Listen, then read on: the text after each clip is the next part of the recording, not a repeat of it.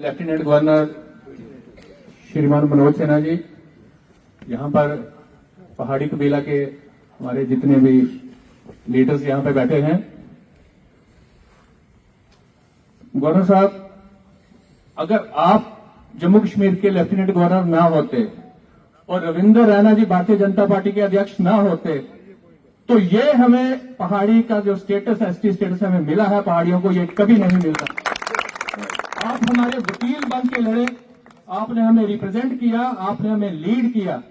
तो आज ये मुमकिन हो पाया। आपने मोदी जी को कन्विंस किया, आपने अमित शाह जी को कन्विंस किया, आपने जेपी नड्डा जी को कन्विंस किया, और बिहाइंड द कर्टन जो फोर्सेज है, मैं यहां उनका नाम नहीं लूंगा, जिनका आशीर्वाद इस सब पे रहा, तो आज हमें ये तोहफा मिला जिसके हमारी पीढ़ी दर पीढ़ी हम इसके ऋणी रहेंगे, इंडेप्टेड रहेंगे। हम ये कभी नहीं भूल पाएंगे जो हमें ये मिला है।